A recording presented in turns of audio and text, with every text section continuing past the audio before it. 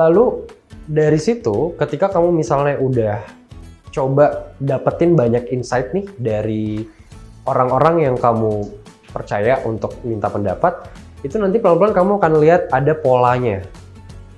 Jadi ketika kamu ngerjain banyak copy, dalam artian banyak use case gitu, misalkan kamu udah ngerjain onboarding, error udah pernah coba, coach mark udah pernah coba, ngerjain dialog udah pernah, ngerjain yang panjang kayak instruction atau procedure itu udah pernah juga. Jadi ketika kamu udah ngerjain banyak hal dan kamu mengetes apa yang kamu ragu-ragu gitu, nanti kamu kan ada patternnya, ada struktur tertentu. Dan kenapa struktur ini penting? Jadi ketika kamu ngerjain copy yang sama di masa depan, kamu nggak perlu bingung lagi gitu. Jadi you can always lihat hasil riset yang udah kamu lakukan. Terus ketika di masa depan nih muncul lagi elemen UI yang sama, itu kamu tinggal pakai aja approach-nya yang sama.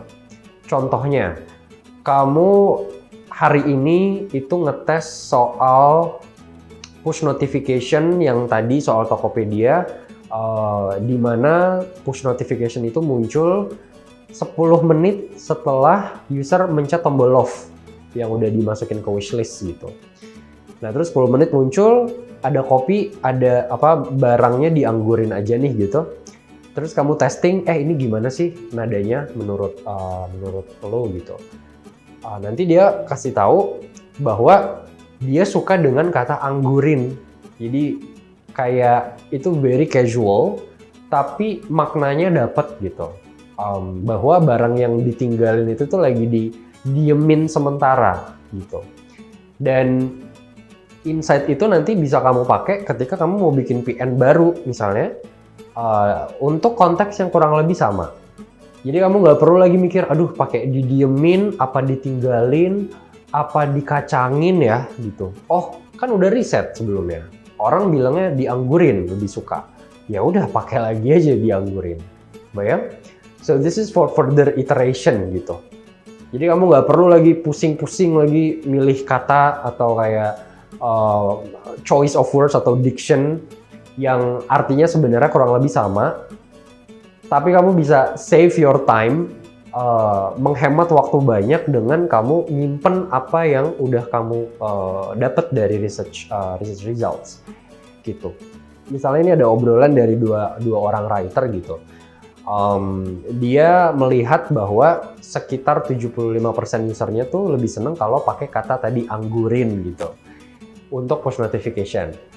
Nah, terus ideally itu kalau misalnya memang ada writer lain di kantor, itu nanti dia ngasih ide untuk masukin kata tersebut ke dalam language system atau copy system.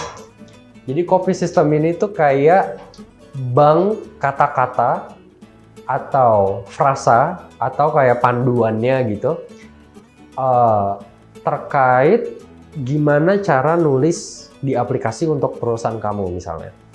So once you have established si language system itu, ketika kamu mau pakai kata yang sama di masa depan, itu kamu tinggal pakai yang ada di language system aja. Therefore, ya tadi akhirnya cost-nya adalah kamu nggak perlu pusing-pusing lagi, kamu nggak perlu ribet lagi testing karena kamu udah melakukan testing sebelumnya. Gitu. Dan hopefully ketika you have this language system, ini yang sebenarnya kalau saya boleh sharing, baru-baru ini juga sebetulnya saya baru bikin ada language system di kantor. Sebelumnya nggak ada, sekarang thankfully berkat bantuan banyak tim juga, itu ada sekarang kita punya. Dan yang lebih bikin seneng lagi adalah bukan fakta bahwa kita punya si language system ini, tapi gimana si sistem ini tuh bisa membantu lebih dari tim desain untuk blast komunikasi di kantor gitu. Jadi di situ kan saya kami bikin kayak peraturan gitu. Misalnya kapan pakai bold, kapan pakai italic, kapan pakai terjemahan seperti ini gitu. Itu dipakai juga di platform komunikasi lain seperti email, push notification, help center artikel, dan yang padahal sebenarnya awalnya itu ditujukan hanya untuk aplikasi gitu. Jadi yang bikin saya bangga adalah si sistem ini tuh bisa membantu kamu ketika misalkan kamu mau mencari rujukan di kantor, kira-kira harus pakai kata yang seperti apa dan yang nggak boleh seperti apa gitu. Oke, segitu dulu soal tone and voice. Terima kasih sudah mengikuti kelas ini. Habis ini kita akan bahas scannability dan gimana caranya teks kamu itu cepat dibaca oleh user yang dia nggak suka baca. Jadi sampai jumpa di kelas berikutnya.